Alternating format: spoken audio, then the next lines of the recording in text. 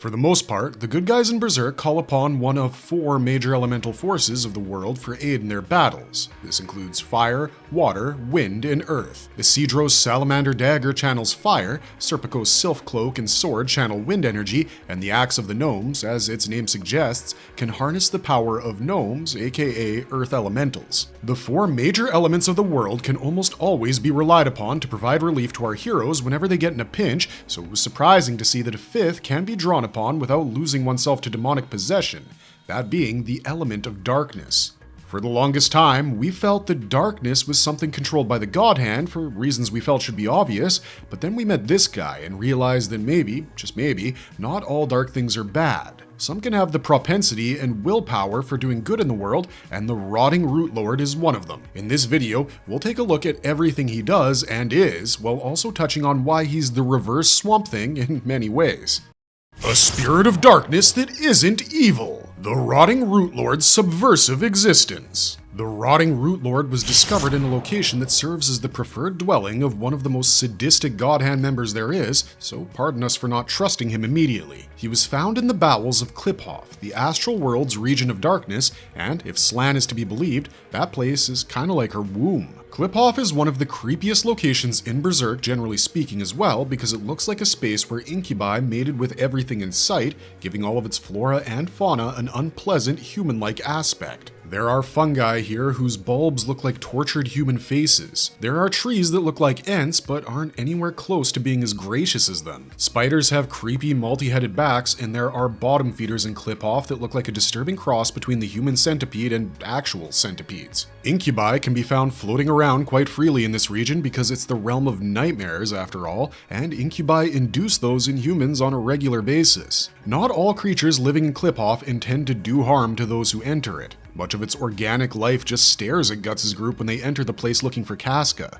Puck even hitches a ride on a flying eyeball of all things. In fact, the only harmful things inside Kliphof were the trolls who had kidnapped much of Enoch Village's population and the ogres who spawned to protect their raids. These humanoid entities have a small semblance of sentience, which is why they perform baser human acts with unbridled ferocity, like devouring food or fiercely coupling with their mates. When they're done, they simply discard of the mate's body as though they're throwing garbage in a dumping ground. Darkness is a complex emotional space, as I'm sure many of you guys know. It brings out the worst in people, and in most cases that's a terrible thing for the world.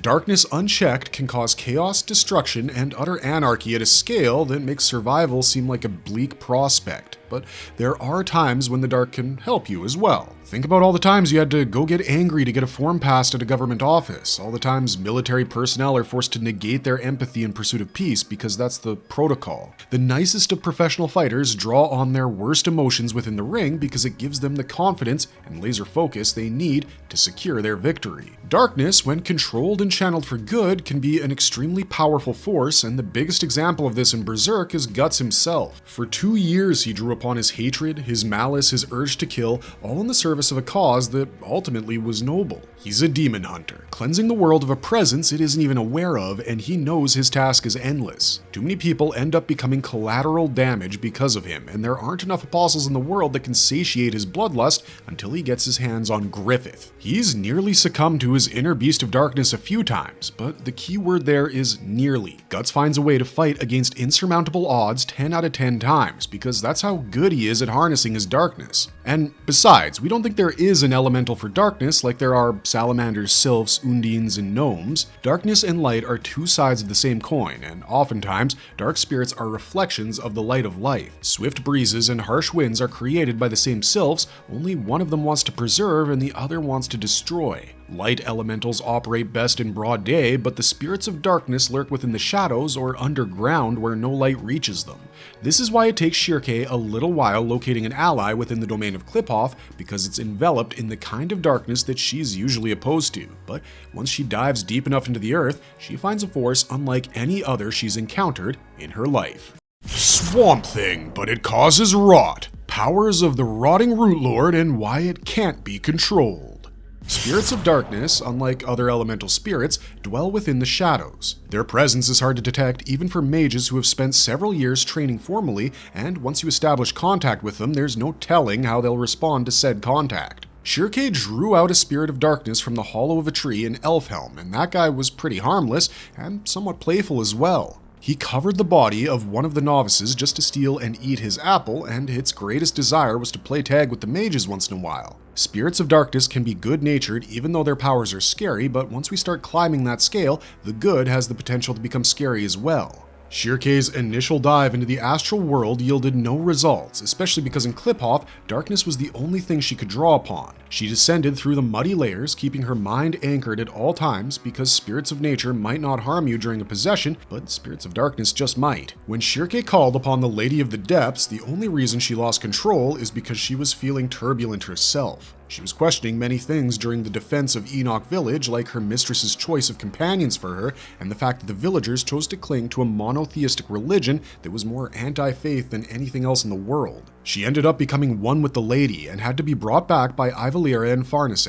But even if she'd remained in control of herself, Shirke wouldn't have to play tug-of-war with the lady over her own body. Good-natured spirits provide their services willingly and never presume to turn their gaze away from those in need. Their gaze might as well be the gaze of the spellcaster, allowing them to possess their body freely without harm for as long as is required. Flora always cautioned Shirke against using the power of darkness, however, because unlike the rest of the elements of the world, the darkness gazes back into you. It strikes a true bargain of power and only allows you to possess it for brief moments. The stronger a dark spirit is, the less control you'll have over it, especially over a period of time. That's why it's hella impressive that, of all people, Shirke managed to tame the reverse Swamp Thing, aka the Rotting Root Lord. Swamp Thing is one of the most unique and surreal DC characters of all time, a combination of sentient vegetal matter that at first believes itself to be Alec Holland and later realizes it's actually an avatar of the force of nature in the universe.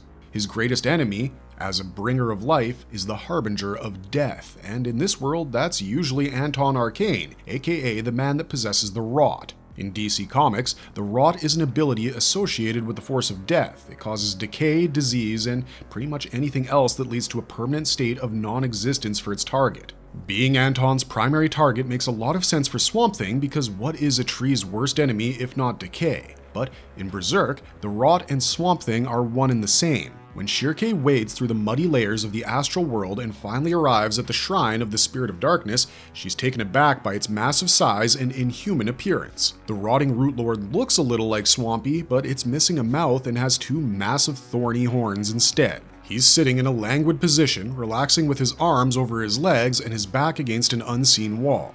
But his eyes see Shirke arrive at his shrine and they bore into her soul. The little witch's magical prowess allows her to form a pact with the Root Lord, but its immense power is something she can't control for a long time. Unlike the Lady of the Depths or the Wheel of the Flame that we see later in the manga, the Rotting Root Lord doesn't spirit meld with Shirke. It maintains control of its own power and consciousness, and after using it once, Shirke has to struggle to even contain him within her body. As for its power, it's just like we explained a few seconds ago. The Rotting Root Lord is the reverse Swamp Thing of Berserk. It's the ruler of rotting trees and putrid mud, representing decay in nature and all forms of life. Shirke managed to convince it to help her not by appealing to its magnanimity, but by pointing out the fact that trolls and ogres were trespassing on its domain. The Rotting Root Lord specifically wants to exterminate them by turning them into a seed bag for maggots, and so it lends Shirke its power of rot. She kneels down to the earth once she has gathered enough spiritual energy and then chants the word, which allows her to destroy every troll in the domain without exception.